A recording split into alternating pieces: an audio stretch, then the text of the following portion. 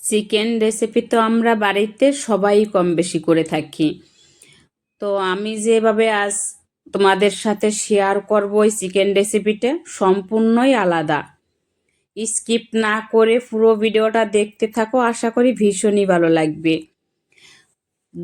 এই চিকেন কারির রেসিপিটা রুটি, পরোটা, লুচি যদি থাকে এই ফ্রাইড রাইস, তাহলে তার কোনো কথাই নাই, জাস্ট জমে যাবে।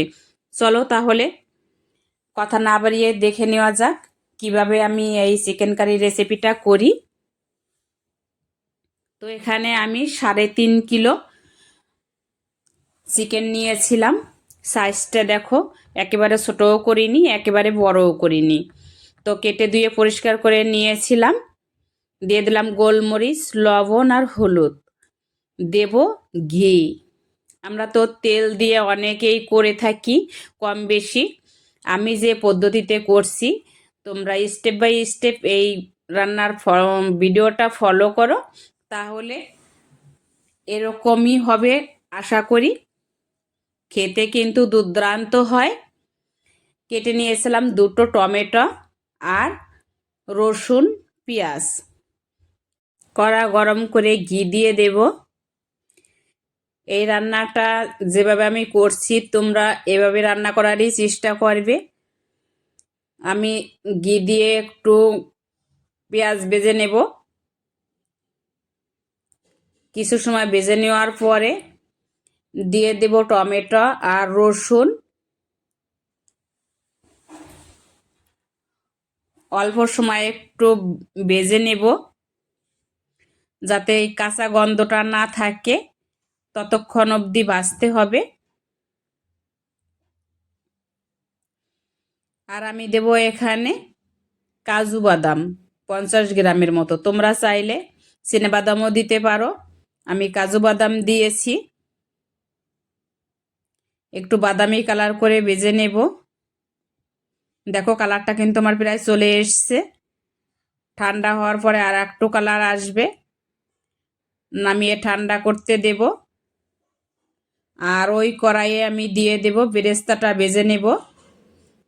পেঁয়াজ দিয়ে দিলাম। দিলাম চিনি। কিছু সময় ভেজে নেওয়ার পরে চিনিটা দিলাম, যাতে তাড়াতাড়ি ক্রিস্পিটা হয়ে যায়, কালারটা চলে আসে। একটু বাদামি কালার করে নামিয়ে নেব। ঠান্ডা হওয়ার পরে আর একটু কালার চলে আসবে। আর ওই তেলেই দিয়ে দিলাম আমি চিকেন। একটু ভেজে নেব। চিকেন অনেকেই খেতে চায় না, একটু গন্ধ আসে বলে। এভাবে যদি ঘি দিয়ে মাখিয়ে রাখা যায় 10 মিনিটের মতো, তাহলে ওই গন্ধটা আর থাকবে না। চিকেনটা আমি ভেজে নিলাম, আলু ভেজে নিলাম। কড়া পরিষ্কার করে তেল দিয়ে দেব কড়াইতে। তেল আমি অল্পই দিয়েছি দেখো। দিয়ে দিলাম ফোড়নে এলাচ, দারচিনি, শুকনো লঙ্কা, তেজপাতা। আমি কিন্তু জিরে দেইনি। এই রান্নাটায় আমি জিরে ব্যবহার করব না। দেব কেটে রেখেছিলাম পেঁয়াজ। পেঁয়াজটা দিয়ে দেব, বাদামি কালার আসা অবধি একটু ভেজে নেব। এখন দিয়ে দেব ব্যালেন্স রাখার জন্য আর কালার আসার জন্য চিনি। পরিমাণ মতো লবণ দেব। লবণটা দিয়ে দেওয়ার পরে এখানে আমি কিছু সময় নেড়ে নেব। বাদামি কালার হয়ে যাওয়ার সাথে সাথে দিয়ে দেব যে পেস্ট করে রেখেছিলাম কাজু বাদাম আর টমেটো,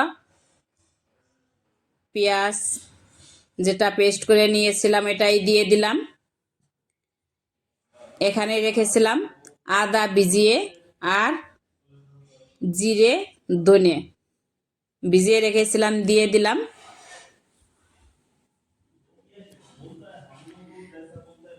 গুঁড়ো থাকলে পরে একটু ভিজিয়ে রাখলে পরেই ভালো হয়।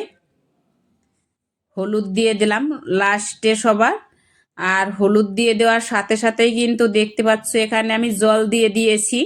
জল দিয়ে দেওয়ার সাথে সাথে কালারটা কত সুন্দর এসছে, একবার একটু দেখো। আজকের ভিডিওতে তোমরা যারা নতুন আছো বন্ধুরা, প্লিজ তোমরা সাবস্ক্রাইব করে পাশে থাকো আর পাশের বেল আইকনটি ক্লিক করে রেখো, যাতে ভিডিও ছাড়ার সাথে তোমার কাছে আগে পৌঁছে যায়। আর যদি ভিডিওটা ভালো লেগে থাকে, লাইক কমেন্ট শেয়ার করো।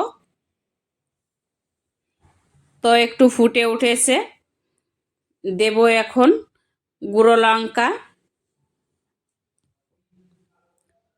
বেশি ঝাল ঝাল করবো না, তোমাদের পরিমাণ মতো তোমরা দেবে। অল্প গুঁড়ো লঙ্কাই দিয়েছি আমি।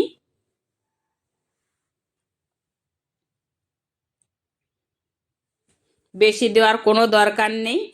দেখো তেলটা ছেড়ে দিয়েছে। আর এই পর্যায়ে দিয়ে দেব আমি এখন কাশ্মীরি লঙ্কার গুঁড়ি।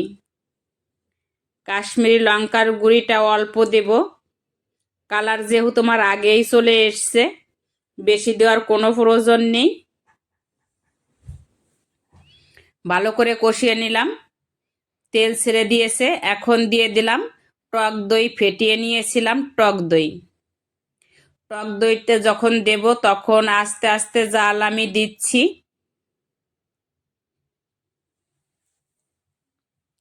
একটু কষিয়ে নিলাম ভালো করে। দিয়ে দিলাম ভেজে রাখা মাংস, কষিয়ে নেব ভালো করে। বন্ধুরা, আজ একটা কথাই বলবো তোমাদের, সেটা হচ্ছে ভিডিওটা দেখার পরে যদি ভালো লেগে থাকে তবেই তোমরা সাবস্ক্রাইব করো।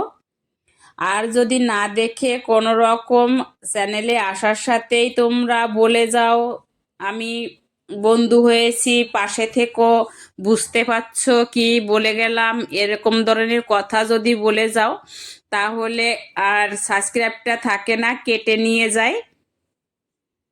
তো এই কারণেই বলেছি তোমরা ভিডিওটা দেখার পরেই লাইক কমেন্ট সাবস্ক্রাইব করো।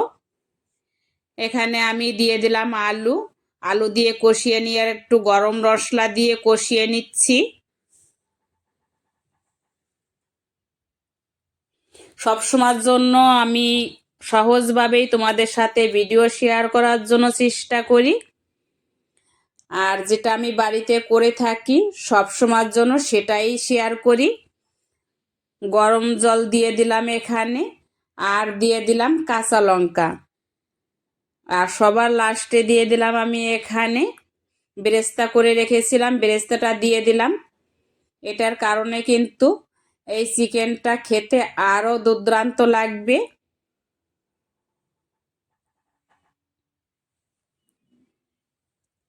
ফুটিয়ে নিলাম একটু ভালো করে।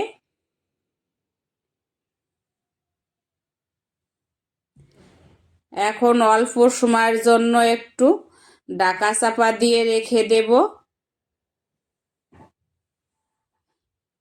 যাতে এই বেরেস্তা আর কাঁচা লঙ্কার গন্ধটা না বেরিয়ে যায়।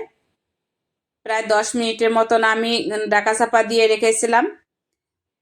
তুলে নিয়ে একটু ভালো করে নেড়ে নিয়ে নিচ্ছি, যাতে নিচে না ধরে যায়,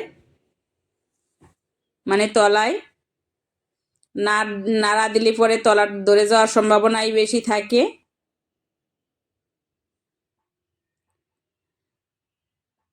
তো আজকের মতে আমার রেসিপিটা এখানেই কমপ্লিট।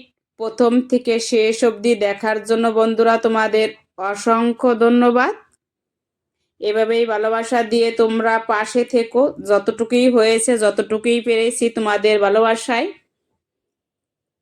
আর তোমরা যখন কথা বলো আর আমি যখন কমেন্ট করি তখন আমার খুব ভালো লাগে, ভিডিও বানানোর আগ্রহটা আরও অনেকটাই বেড়ে যায়।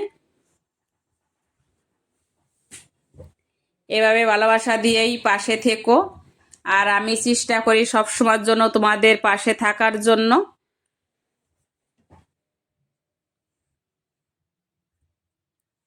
ততক্ষণে তোমরা ভালো থাকো, সুস্থ থাকো, যতক্ষণ অন্য একটা ভিডিও না নিয়ে আসি।